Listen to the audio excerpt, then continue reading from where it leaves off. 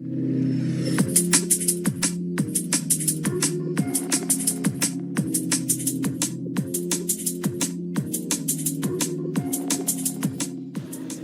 en Cosa Pública 2.0 aquí en Radio Universidad de Guadalajara, en esta cabina móvil que tenemos desde la Feria Internacional del Libro. Ya está con nosotros Daliri Oropeza Álvarez, una amiga y colega periodista, fotógrafa, que se ha especializado en coberturas de temas de defensa del territorio, derechos humanos, derechos indígenas y derechos culturales. Ha colaborado en diversos medios como El Economista, La Jornada, Más de 131, Rompeviento, El Salto, El Diario Es y Pie de Página, donde además publica una columna cada semana. La columna se llama Microfilme Postal y también reportera de ese medio, Pie de Página. Pero ahora le agradecemos enormemente que se ha dado tiempo. Está llevando diversas actividades, un taller que está impartiendo en el Museo del Periodismo, ahorita nos hablará de qué se trata, pero viene a presentarnos, a compartirnos, que acaba de presentar el domingo pasado su libro Yaqui, La Resistencia Imbatible.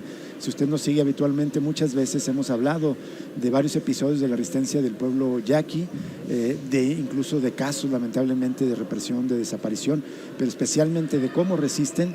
Es uno de los pueblos, y ya nos confirmará este dato Daliri Oropeza, probablemente uno de los pueblos originarios, probablemente de los más perseguidos, más reprimidos de manera centenaria, pero por lo mismo también uno de los pueblos que más resisten. Daliri Oropeza, un gusto tenerte presencialmente, ya lo decíamos fuera del aire, hemos platicado con Daliri muchísimas veces, coincidimos en la cobertura, en los temas, en los enfoques. Correcto. Y por eso nos da muchísimo gusto que nos acompañes aquí en Cosa Pública 2.0. Ay, Rubén, Jesús, la emoción es mía realmente poder estar aquí en vivo y decir, bueno, pues sí somos estos locos que estamos hablando de las resistencias, de cómo abrir grietas en este sistema, pero sí existimos ahí de manera física, y para mí es un gran placer, una gran emoción estar acá con ustedes y además con este evento tan relevante. Gracias. Presentaste tu libro el domingo pasado, al arranque de la feria. Haznos un resumen, por favor, de lo que estás publicando en este libro, Yaqui, La Resistencia Imbatible. Con mucho gusto, pues es un libro que es una búsqueda también de poder denunciar lo que está sucediendo actualmente con el pueblo yaqui. Sabemos que, como lo mencionabas al inicio, que es un pueblo que ha defendido su tierra y que incluso hasta por eso ha sido temido. Pero digamos, los yaquis nunca han invadido a nadie, solamente han defendido su tierra y han estado férreamente luchando por su tierra, su agua, desde siglos atrás, y más recientemente, desde donde lo abordo en el libro, pues tiene que ver con la memoria histórica de lo que pasó en el Porfiriato, toda esta persecución y esclavización que se le hizo al pueblo yaqui, pues precisamente porque era uno de los que más se oponían a los proyectos de desarrollo de ese entonces Porfirio Díaz, hasta la fecha, ¿no? O sea, digamos que en amplitud de memoria histórica abarca un rango de 100 años de resistencia de los pueblos yaquis, pero en la historia son 5 años desde que inició esta propuesta o imposición del plan de justicia yaqui en el pueblo de Sonora. Detente un poquito antes, justo en ese episodio de la represión porfirista, porque me parece que es un caso paradigmático de represión contra los pueblos. Sí, caray, pues es que mira, el ejército mexicano solo ha bombardeado a 3 pueblos indígenas en la historia, y primero fueron los yaquis, luego fueron los triquis y luego los zapatistas en Chiapas, ¿no? Entonces eso te habla del nivel de potencia, de fuerza, de lucha que tienen el pueblo yaqui. Pues bueno, ellos tenían totalmente resguardado su territorio desde el Bacatete hasta el mar, y lo defendían. Y es precisamente por eso, porque querían pasar un tren, el tren porfirista, porque querían traer empresas para desarrollar la zona del valle, porque era muy fructífera por la cantidad de agua que tenía en aquel entonces, e instalar el Valle del Yaqui como una zona de producción. Y pues bueno, en ese momento es cuando se empiezan a acaparar las tierras yaquis por empresas extranjeras estadounidenses, particularmente la Richardson, y también imponen las vías del tren, y de hecho es a través del tren por el cual los esclavizan, se los llevan. Esa es una historia que conecta aquí en Guadalajara, porque el tren llegaba para acá y aquí se bajaron y se escaparon muchos yaquis, y el tren llegaba hasta San Blas, en donde los mandaban en barco hasta otros puertos, por ejemplo el de Salina Cruz, y ahí ya los dejaban y los bajaban trabajaban para estar en haciendas enequeneras, haciendas tabacaleras, como esclavos. Como esclavos, estamos hablando de una esclavitud moderna cuando, digamos, también de manera coincidente aquí en Guadalajara, Miguel Hidalgo y Costilla en 1810 decretó la abolición de la esclavitud. 100 años después, otro dictador, Porfirio Díaz, impuso estas condiciones de esclavitud. Digamos, un episodio muy importante. Siguieron resistiendo y ¿cuáles son como los distintos apartados del libro, las otras luchas? Precisamente el libro inicia con la historia de Don Camilo, que Don Camilo es quien nos ilustra precisamente la historia de la deportación yaqui, pero quien también habla de que este amor tan profundo por su tierra, por volver a ver el río, es lo que lleva a los yaquis a regresar a su territorio. Regresan, de hecho, la mayoría de los yaquis a su territorio. Los que estuvieron en Yucatán regresaron. Correcto, hay listas y hay registros de los yaquis que quedaron, de hecho, en otros lugares. Por ahí, presentando el libro en Mérida, en Campeche, me topé a algunos de los descendientes de yaquis a quienes les hice llegar este libro también de manera directa para que lo tuvieran. Pero es precisamente ese amor tan grande a la tierra que los hace regresar y que los hace seguir defendiéndola. Y así vuelven a pasar muchísimos más episodios. Después con Lázaro Cárdenas, cuando él quiso imponer las presas, y de hecho las construye, las primeras presas, la de la Angostura, la de después ya fue la del Novillo, luego la del Oviachic, pero cuando se iba a construir la Angostura, que es precisamente la presa Lázaro Cárdenas, los yaquis fueron y le dijeron, caminaron, se fueron desde acá hasta a Ciudad de México, más bien desde Sonora hasta Ciudad de México, a tocarle a la puerta a Lázaro Cárdenas y decirle: nos vamos a quedar sin agua, no queremos esas presas. Y él prometió y juró que no se quedarían sin agua, les firma los decretos de dotación de agua y que la mitad del agua del río Yaqui será para ellos, en sus escurrimientos, en la cuenca. Y eso es una cosa que desde entonces hasta la fecha no se ha respetado, y sin embargo los yaquis han visto el modo para sí efectivamente ejercer su derecho al agua, luchar por el agua, y ahora, digamos, que lo traemos con esta historia de Don Camilo, pues conectamos esas historias de desencanto también con lo que está sucediendo actualmente con el plan de justicia. Don Camilo vive y es un personaje contemporáneo. Sí, Don Camilo de hecho falleció un poquito antes de que le pudiera entregar el libro. Sí sabe su historia, porque esta es una compilación de reportajes, crónicas y artículos de opinión que publiqué a lo largo de 4 años, y él sí leyó el artículo sobre él, de su historia, y de hecho me agradeció y me dijo que gracias por hacerlo famoso.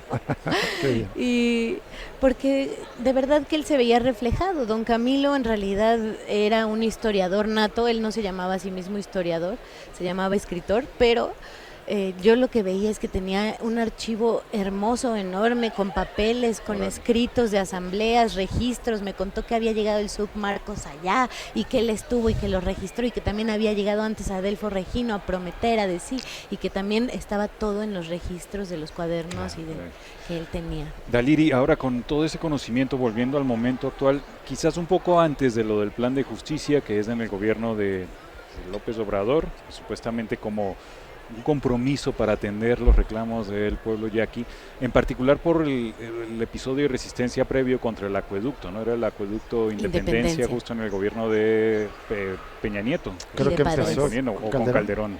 Fue Peña Nieto. Peña Nieto, ¿no? Sí, porque fue en 2011. ¿Nos cuentas, digamos, qué ocurrió con el acueducto y lo que pasó después con el plan incumplido del plan de justicia de López Obrador? Tienes toda la razón, Jesús, porque son historias que están 100% entrelazadas.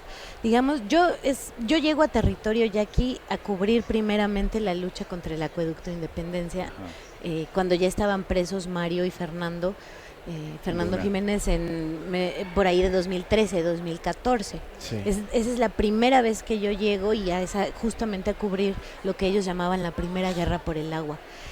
Es la imposición de este megaproyecto, porque lo llevaron a cabo a pesar de que hay un amparo vigente de que tenían que frenar la construcción y hacer una consulta que no se ha llevado a cabo sobre el acueducto de Independencia.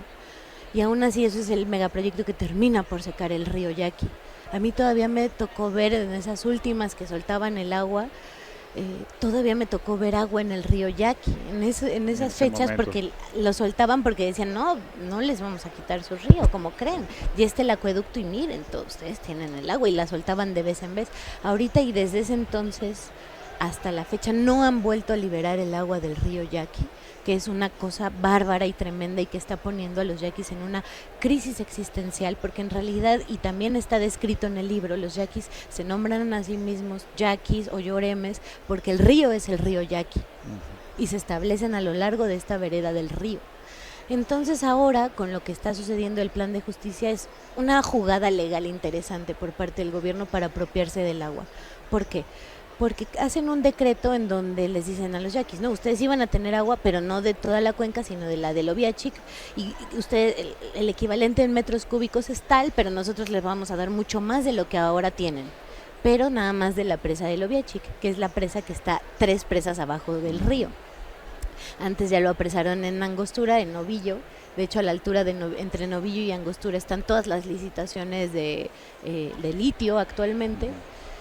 Entonces se queda esa agua y él le dicen a los yaquis, de esta presa tienes muchísima más agua que lo de la cuenca, ¿eh? Les cambian el decreto de Lázaro Cárdenas y al hacer esto ellos ya no pueden apelar al amparo del acueducto Independencia porque pues ya no les pertenece esa agua, ya les cambiaron el decreto, ahora ya el agua nada más les pertenece de aquí para acá y les vamos a poner su acueducto y su río. Pero en ningún lado del papel del decreto del plan de justicia está el por lo menos dejar el caudal ecológico que por ley amerita, por ley ambiental además. Obviamente amerita. Entonces fue peor lo que hizo López Obrador que lo que intentó hacer Peña Nieto, o lo que hizo Peña Nieto imponiendo el proyecto del acueducto. Yo creo que el gobierno de López Obrador le falló a los yaquis en la aplicación del plan de justicia y en la justicia, porque no hay ni justicia ni agua, y para los yaquis es sumamente emergente, si fuera una justicia, tener su río, para poder seguir ejerciendo sus usos y costumbres, sus tradiciones, porque si lo ponemos en perspectiva, esto se está desplazando, ya no se está hablando la lengua yaqui, ya no se hacen los rituales. Un apartado del libro habla de cómo los yaquis fortalecieron una danza, la danza del coyote, que llevaba 10 años sin realizarse. Y es muy significativo que la danza que reviven es también la danza del guerrero que defiende el territorio, una danza que es asignada a los guerreros, a los gobernadores, que son quienes están cuidando el territorio. Entonces es muy buena ese paralelismo, esas metáforas que llevo a cabo a través de las crónicas, en donde pues por un lado llega el plan de justicia, pero por el otro los yaquis ya fortalecieron su danza del coyote.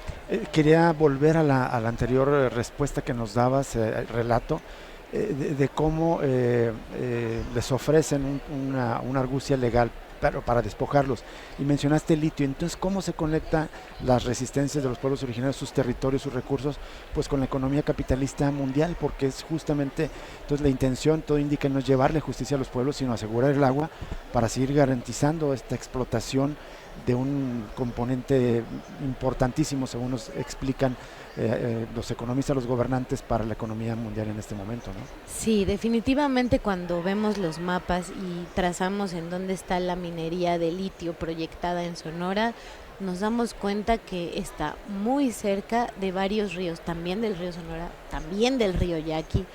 Y es lamentable porque esto no nada más es una cuestión del estado de Sonora, sino de toda una cordillera, claro, ¿no? Que compete no nada más a un pueblo indígena, sino por lo menos a 7.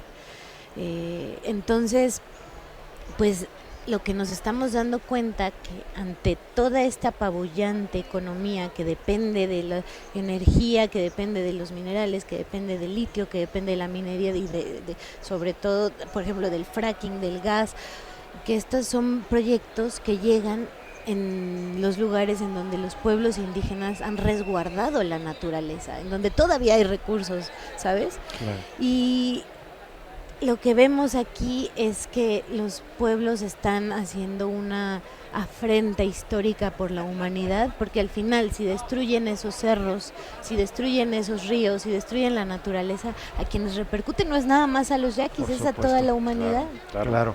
Vamos a ir a una pausa, Daliri, y volvemos para continuar esta conversación, que nos da muchísimo gusto que nos acompañe aquí presencialmente Daliri Oropeza. Aprovechemos para mandar un saludo a Ale Carrillo, que ya nos mandó un mensajito por aquí que nos está escuchando, a Alejandra Carrillo, directora del Museo del Periodismo de Guadalajara, y justo al regresar hablamos del taller que estás impartiendo ahí, si te parece. Vamos a una pausa y volvemos. Gracias. Cosa Pública 2.0.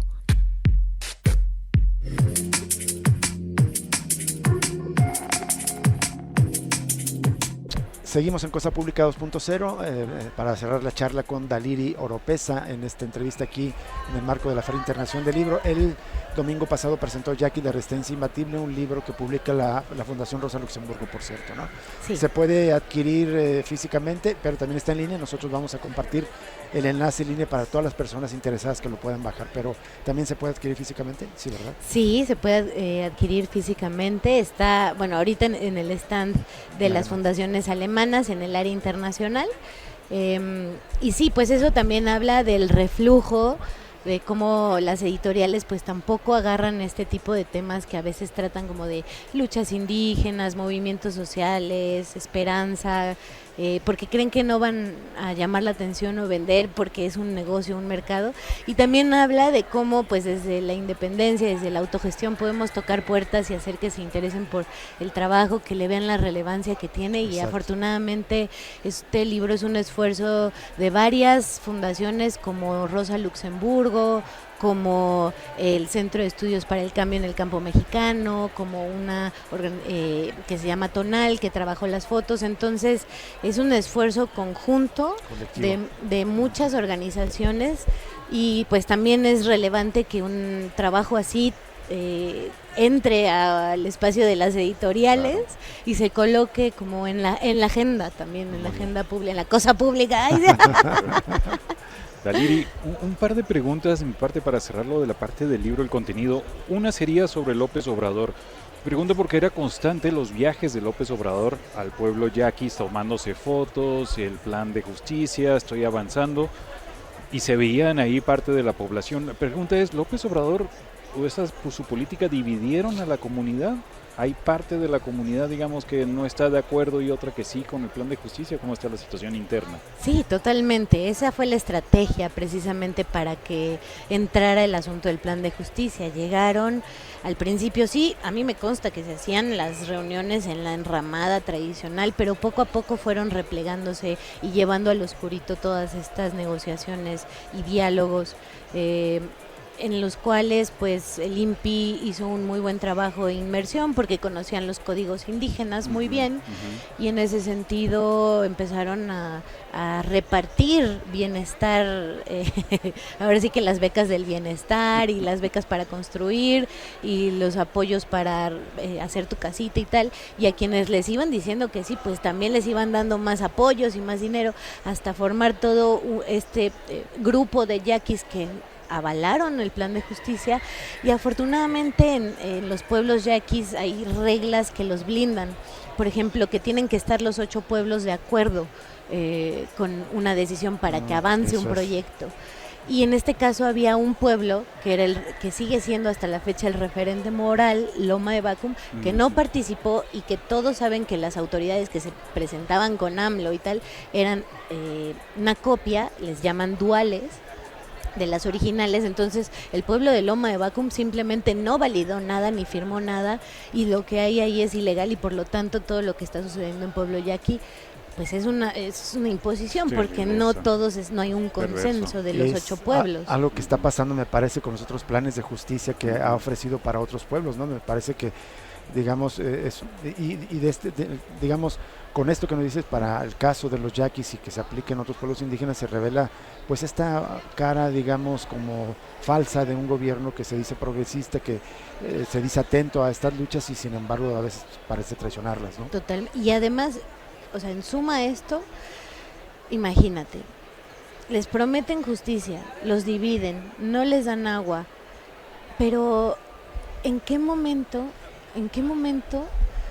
fueron tan irrespetuosos con el pueblo yaqui de no haberlos considerado, de irles a pedir perdón, y ellos decían, si nos vas a pedir perdón, mejor danos el agua y eso nos va a permitir seguir viviendo, ¿no? Es una situación, la verdad, pues muy delicada desde el Estado, porque ellos lo venden como que ahora están a la par de los pueblos indígenas del Estado mexicano y ya son iguales y sí defienden los derechos, pero no hablan nunca de autonomía, no hablan del derecho al territorio, que son derechos fundamentales colectivos y que al final quedan en vilo en estos momentos. Y las intenciones ocultas, ¿no?, de garantizar el agua, el territorio para explotar minería, para explotar litio y estos recursos estratégicos. Exacto. Daliri, bueno, evidentemente habría mucho más que platicar del libro, pero antes de que se termine el tiempo, estás impartiendo un taller de periodismo en el Museo de Periodismo de Guadalajara.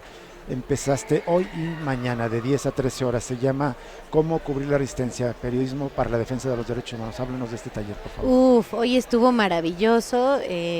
La verdad no me esperaba que llegaran tantas personas.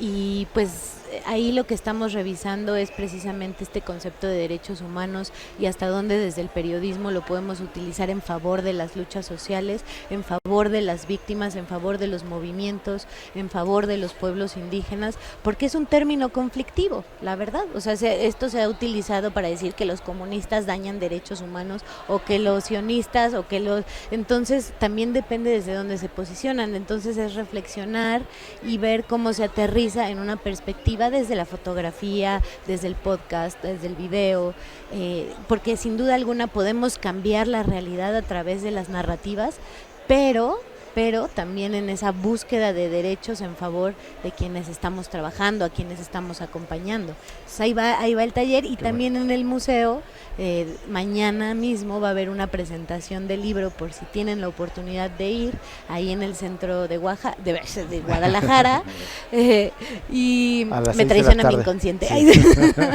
Pero sí, en el centro, a las 6 de la tarde precisamente, en donde se va a estar también dando el libro, vendiendo, y también el viernes va a haber otra presentación en el Café Montenegro, también a las 6 de la tarde, para que puedan acompañarnos y también podamos dialogar muchísimo más de cómo generar estas perspectivas de esperanza. El Museo del Periodismo está en Avenida Alcalde 225, también es conocido como Casa de los Perros, y el Café Montenegro está en la calle Montenegro a José Guadalupe Montenegro 1917. Vale mucho la pena de buscar el libro también. Ya faltó preguntarte, pero bueno, solo recomendarlo porque además hablas a partir de la experiencia ya aquí de un antídoto para todos los males que tenemos en este mundo, que es la esperanza, que me parece que es importantísimo, pero ya está en el libro, luego lo conversamos. Gracias, claro que sí, pues esto de la esperanza es un enfoque con el que llevo trabajando y sistematizando, pues no sé, por lo menos 10 años, en el que creo que desde esta perspectiva podemos impulsar un cambio social. Claro, y esa es digamos, la luz alentadora que nos dan todas las resistencias, a pesar de las adversidades, las posibilidades de seguir luchando para que otro mundo sea posible. Daliri Oropeza, muchísimas gracias de nuevo, qué gustazo que nos acompañas ahora presencialmente. Muchas veces, ya lo dijimos antes de entrar a la entrevista, pues hemos establecido contacto con ella, pero ahora aquí ya acompañando. Muchas gracias. No, pues por esa perspectiva que ustedes también tienen, es que yo soy fan de la cosa pública. Muchas gracias, Daliri Oropeza. Nos vamos y regresamos mañana completamente en vivo aquí desde la Feria Internacional del Libro.